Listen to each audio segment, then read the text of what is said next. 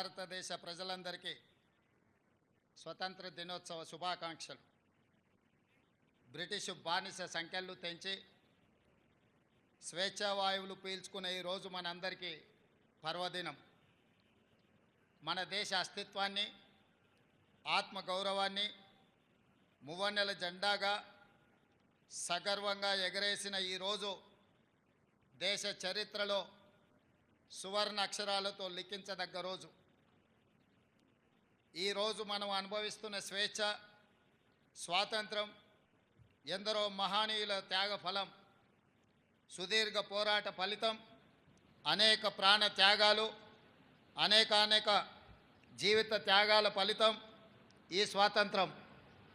ఎందరో మహామౌల త్యాగాల వెలకట్టలేని బహుమతి ఈ స్వాతంత్రం.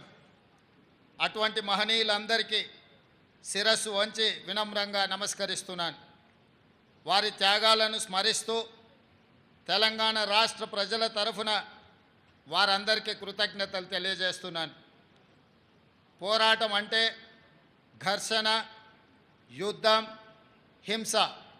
కానీ ప్రపంచ చరిత్రలోనే ఆయుధం లేని యుద్ధాన్ని మన స్వతంత్ర పోరాటం, అహింసనే ఆయుధంగా మలిచి చేసిన మహాసంగ్రామం మన స్వతంత్ర సంగ్రామం. అహింస అనే ఆయుధంతో ఎంత గొప్ప విజయాన్ని సాధించవచ్చు అని రుజువు చేసి ప్రపంచానికి సరికొత్త యుద్ధ తంత్రాన్ని చూపించిన దేశం మనది. ఆ ఘనత, ఆ కీర్తి జాతిపిత మహాత్మా గాంధీకి దక్కుతుంది. ఈ సందర్భంగా ఆ మహనీయుడి దార్శనికతకు శిరస్సు వంచి నమస్కరిస్తున్నాను. ఈ దేశానికి స్వతంత్రం సాధించడంలో గమ్యం చేరినట్టు కాదు. అప్పుడప్పుడే పురుడు పోసుకున్న ప్రజాస్వామ్య దేశం ఒకవైపు సవలాక్ష సమస్యలు, మరోవైపు దేశ విభజన గాయాలు, ఇంకోవైపు దేశ గుండెలపై సంస్థానాల కుప్పట్లు. ఈ పరిస్థితిలో ప్రజాస్వామ్య దేశంగా భారత్ నిలకుదొక్కుకోవడానికి బలమైన పునాదులు వేసి ఆధునిక భారతావనిగా అవతరించడానికి అవసరమైన ప్రణాళికలు రచించి కార్యాచరణ ప్రకటించి సగర్వంగా, సమున్నతంగా ఈ దేశాన్ని నిలబెట్టాల్సిన బృహత్తర బాధ్యత నాటి కాంగ్రెస్ పార్టీ నాయకత్వ భుజాలపై ఉండింది. అజాగ్రత్తగా ఉన్న, అలసత్వం వహించిన, రాజనీతి లోపించిన, దూరదృష్టి కొరవడిన నేడు మనం ఉన్న ఈ భారతదేశం ఒక కలగానే మిగిలిపోయేది. శతాబ్దాల దోపిడీ, అణిచివేతల తర్వాత స్వతంత్రానంతరం 1947లో అధికారం చేపట్టే నాటికి అంతా శూన్యం. చేతులు కాళ్ళు కూడదీసుకొని ఒక్కొక్క వ్యవస్థను ఏర్పాటు చేసుకొని పారదర్శక ప్రజాస్వామ్య పాలన అందించాల్సిన బాధ్యత నాటి నాయకత్వంపై పడింది. తొలి ప్రధాని పండిట్ జవహర్లాల్ నెహ్రూ వంటి గొప్ప మానవత్వవాది దార్శనికుడి కారణంగా భారతదేశం ఈనాడు ఒక వైభవోపేత వైజ్ఞానిక దేశంగా, పారిశ్రామిక శక్తిగా ఎదగగలిగింది అని చెప్పక తప్పదు. పంచవర్ష ప్రణాళికలు రచించి ఈ దేశానికి వ్యవసాయ, పారిశ్రామిక అభివృద్ధి అన్నవి రెండు కళ్ళు అని నమ్మి ఆ దిశగా తొలి అడుగులు వేయించిన దార్శనికుడు పండిట్ నెహ్రూ గారు. ఆయన ప్రారంభించిన సాగునీటి ప్రాజెక్టులను మనం ఈరోజు ఆధునిక దేవాలయాలుగా పిలుచుకుంటున్నాం. ఈ దేశంలో కోట్లాది ఎకరాలు పంటలతో పచ్చ తోరణాన్ని కట్టుకుంటున్నాయి అంటే దానికి కారణం నెహ్రూ ప్రారంభించిన సాగునీటి ప్రాజెక్టులే. మన రాష్ట్రంలో నాగార్జున సాగర్, శ్రీశైలం, బాక్రానంగల్, శ్రీరామ్ సాగర్ లాంటి ప్రాజెక్టులు నెహ్రూ ప్రారంభిస్తే ఆ తర్వాత వాటిని పూర్తి చేసి కోట్లాది మంది రైతుల పొలాలకు సాగు జలాల పారించిన గొప్ప చరిత్ర స్వర్గీయ శ్రీమతి ఇందిరాగాంధీకి దక్కుతుంది. అంతేకాదు పారిశ్రామికంగా BHEL, ECIL, IDPL, మిదాని వంటి ఎన్నో ప్రభుత్వ రంగ సంస్థలు ఆ స్వర్ణయుగంలో నెలకొల్పబడినయే. హరిత విప్లవం, శ్వేత విప్లవం, నీల విప్లవం వంటి వంటి కార్యక్రమాలను చేపట్టి అన్ని రంగాల సమగ్రాభివృద్ధికి కృషి చేసిన ఘనత నాటి ప్రభుత్వాలది. బడా పారిశ్రామికవేత్తలకు మాత్రమే తెలిసిన బ్యాంకింగ్ వ్యవస్థను జాతీయీకరణతో గ్రామీణ ప్రజల చెంతకు చేర్చిన ఘనత, ప్రతి పౌరుడికి బ్యాంకును అందుబాటులోకి తెచ్చిన గొప్పతనం ఆనాటి దార్శనికుల వల్లనే జరిగింది. 1947 వరకు ఆహార ధాన్యాలను దిగుమతి చేసుకుంటున్న దేశం భారతదేశం. ఈనాడు ప్రపంచంలో ఆహార ధాన్యాలను అత్యధికంగా ఉత్పత్తి చేస్తున్న దేశాలలో ఒకటిగా ఎదగడానికి కారణం స్వర్గీయ లాల్ బహదూర్ శాస్త్రి, ఇందిరాగాంధీ ప్రవేశపెట్టిన హరిత విప్లవమే. ఇందిరాగాంధీ ప్రవేశపెట్టిన 20 సూత్రాల ఆర్థిక కార్యక్రమం ప్రజల సామాజిక ఆర్థిక పునరుజ్జీవనానికి గీటురాయిగా మారింది. స్వర్గీయ రాజీవ్ గాంధీ ప్రధానిగా దేశం టెలికమ్యూనికేషన్స్ రంగంలో విప్లవాత్మక మార్పులకు నాంది పలికారు. అంతరిక్ష అణుశక్తి కార్యక్రమాల్లో స్వదేశీ పరిజ్ఞాన్ని వినియోగించి అతి కొద్ది దేశాల సరసన భారతదేశం ఆనాడే నిలపగలిగారు. స్వర్గీయ రాజీవ్ గాంధీ హయాంలో ఈ దేశానికి సాంకేతిక విప్లవాన్ని తీసుకురాగా ఆ తర్వాత ప్రధానిగా బాధ్యతలు స్వీకరించిన మన తెలంగాణ బిడ్డ స్వర్గీయ పివి నరసింహారావు గారు ఆర్థిక విప్లవాన్ని తీసుకువచ్చి భారతదేశ ముఖ చిత్రాన్ని మార్చివేశారు. ఇట్లా నెహ్రూ హయంలో మొదలైన భారతదేశ విజయ ప్రస్థానం ఇందిరా, రాజీవ్, పివి హయంలో ప్రపంచంలో అగ్రదేశాల సరసన చేరే స్థాయికి ఎదిగింది. స్వతంత్రం సాధనతో పాటు కాంగ్రెస్ ఈ దేశానికి అందించిన సేవలకు ఇవి కొన్ని ఉదాహరణలు మాత్రమే. నేటి ప్రజలు, ఈ తరం యువకులు ఈ వాస్తవాలను గ్రహించవలసిన అవసరము ఉంది. ఈ దేశ ప్రజలకు ఇచ్చిన ప్రతి మాటను నిలబెట్టుకున్న చరిత్ర కాంగ్రెస్ ప్రభుత్వాలది. భక్తి శ్రద్ధలతో ఈ దేశాన్ని పాలించిన చరిత్ర మనది. తెలంగాణ ఆకాంక్షల విషయంలో సైతం ఆ విషయం సమకాలీన సాక్ష్యంగా ఉంది. 2004లో కరీంనగర్ వేదికగా తెలంగాణ ప్రజలకు శ్రీమతి సోనియా గాంధీ గారు మాట ఇచ్చారు. తెలంగాణ ప్రజల మనసు నాకు తెలుసు, వారి ఆకాంక్షలు నెరవేర్చే బాధ్యత తీసుకుంటానని వారు చెప్పారు.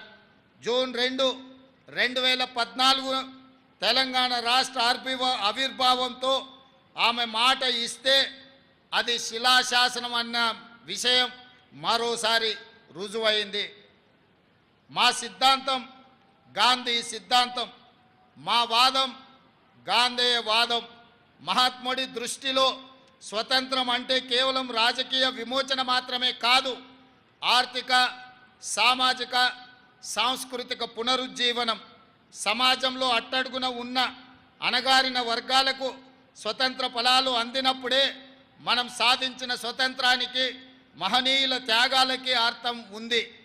అన్ని వర్గాల సర్వతోముఖాభివృద్ధి జరిగినప్పుడే ఈ దేశ ప్రజాస్వామ్యానికి విలువ, గౌరవం పెరుగుతుంది. 4 కోట్ల ప్రజల ఆకాంక్ష, యువత బలిదానాలు, విద్యార్థుల పోరాటాల ఫలితంగా సాధించుకున్న తెలంగాణ రాష్ట్రంలో దశాబ్ద కాలం తర్వాత నిజమైన ప్రజాపాలన మొదలైంది. నాటి బ్రిటిష్ దాస్య శృంఖలాల నుండి దేశం ఏ విధంగా అయితే విముక్తి చెందిందో అదే స్ఫూర్తితో, అదే పోరాట పటిమతో అంతిమ పోరాటం చేసి డిసెంబర్ 3, 2023న స్వేచ్ఛ స్వాతంత్రాన్ని పొందాం. ఇప్పుడు రాష్ట్రంలో ప్రజల చేత, ప్రజల కొరకు ప్రజలు ఎన్నుకున్న ప్రజాప్రభుత్వం కొలువై ఉంది. తొలిసారి రాష్ట్రంలో ప్రజాస్వామ్యబద్ధ పాలన జరుగుతూ ఉంది. గడిచిన 10 ఏళ్లుగా తెలంగాణ కోల్పోయిన స్వేచ్ఛను పునరుద్ధరించడమే మా ప్రభుత్వం తొలి ప్రాధాన్యతగా భావించాం. భౌతికంగా కంచెలు తొలగించడమే కాదు, మానసిక బానిసత్వ సంఖ్యలు తెంచేశాం. భౌతికంగా పాలకులు తప్పు చేస్తే నిలదీసే స్వేచ్ఛ ఈరోజు తెలంగాణలో ఉంది. పరిపాలనలో లోటుపాట్లు ఉంటే సూచనలు, సలహాలు స్వీకరించే సౌలభ్యం కల్పించాం. ప్రతి నిర్ణయంలో ప్రజాహితాన్ని చూస్తున్నాం. లోతైన సమీక్షలతో మంచి చెడులను విశ్లేషించి మెజారిటీ వర్గాల ప్రయోజనాలే ప్రామాణికంగా పాలన చేస్తున్నాం. ఇంతటి వ్యవస్థలో లోటుపాట్లు ఉండవచ్చు. మా నిర్ణయాలలో తప్పు జరిగితే సరిదిద్దుకుంటున్నాం. ఎవరైనా తప్పుడు ఆరోపణలు చేసినప్పటికీ సంవయనం పాటిస్తున్నాం. ఇది ప్రజాస్వామ్యం అన్న స్ఫూర్తితో పాలన చేస్తున్నాం. ఎన్నికల సందర్భంలోనే చెప్పాం, మేము అధికారంలో వస్తే రాష్ట్రంలో 7వ గ్యారెంటీగా ప్రజాస్వామ్యాన్ని పునరుద్ధరిస్తామన్నాం. ఈరోజు అక్షరాల అది చేసి చూపిస్తున్నాం. ఇచ్చిన మాట ప్రకారం ప్రజాపాలన సాగిస్తున్నాం. ప్రజలందరికీ సామాజిక న్యాయం, సమాన అవకాశాలు కల్పించాలన్నది మా ప్రభుత్వం యొక్క లక్ష్యం. రాష్ట్ర ఆవిర్భావానికి దశాబ్ద కాలం పూర్తయిన సందర్భంగా ఇటీవలనే దశాబ్ది వేడుకలను ఘనంగా జరుపుకున్నాం. ఈ ఉత్సవాల సందర్భంగా అమరుల ఆశయాలు, ప్రజల ఆకాంక్షలు నెరవేర్చే దిశగా సాంస్కృతిక పునరుజ్జీవనం, ఆర్థిక పునరుజ్జీవనానికి సంబంధించి ప్రభుత్వం కీలక నిర్ణయాలు తీసుకుంది. తెలంగాణ సాధించుకొని దశాబ్ద కాలమైన రాష్ట్ర గీతం లేని పరిస్థితి మొన్నటి వరకు ఉన్నది. ప్రముఖ ప్రజాకవి అందరిశ్రీ రాసిన జయ జయ హే తెలంగాణ గీతాన్ని రాష్ట్ర గీతంగా ప్రకటించి ఆ లోటును భర్తీ చేశాం. తద్వారా సాంస్కృతిక పునరుజ్జీవనానికి నాంది పలికాం. తెలంగాణ రాష్ట్ర పేరును సూచించే సంక్షిప్త అక్షరాల విషయంలో టీఎస్ స్థానంలో టీజీని ప్రభుత్వం పునరుద్ధరించింది. ఇది ప్రజల యొక్క ఆకాంక్ష. మా ప్రభుత్వం అధికారం చేపట్టే నాటికి రాష్ట్ర ఆర్థిక వ్యవస్థ విధ్వంసమై ఉంది. గత 10 సంవత్సరాలలో తెలంగాణ రాష్ట్ర ప్రభుత్వ అప్పు దాదాపు 10 రెట్లు పెరిగింది. రాష్ట్ర ఆవిర్భావ సమయంలో 75,577 కోట్ల రూపాయల అప్పుగా ఉన్నా గత ఏడాది డిసెంబర్ నాటికి దాదాపు 7 లక్షల కోట్ల రూపాయలకు చేరింది. దీనిపై శ్వేతపత్రం కూడా విడుదల చేశాం. దయానీయ స్థితిలో ఉన్న రాష్ట్ర ఆర్థిక వ్యవస్థకు స్వస్థత చేకూర్చడం కోసం ఆర్థిక పునరుజ్జీవనం అవసరమని భావించాం. ఆ దిశగా రాష్ట్ర అప్పులను రీస్ట్రక్చర్ చేయించే ప్రయత్నంలో ఉన్నాం. ఇటీవల అమెరికా పర్యటనలో ప్రపంచ బ్యాంకు అధ్యక్షుడితో సమావేశమయ్యాం. తక్కువ వడ్డీలతో రాష్ట్ర అభివృద్ధికి అవసరమైన నిధులు సమకూర్చుకునే అంశంపై మా మధ్య సానుకూల చర్చలు జరిగాయని చెప్పుకోవడానికి సంతోషిస్తున్నాను. గతంలో మాదిరిగా అధిక వడ్డీలతో అప్పులు తెచ్చి రాష్ట్ర ప్రజల నెత్తిన మోయలేని భారం మోపే పనులను మేము చేయబోము. ఆర్థిక అవరోధాలు ఉన్న ప్రతి ఇంట సౌభాగ్యాన్ని నింపాలనే మహాసంకల్పంతో రూపొందించిన అభయ హస్తం హామీలన్నీ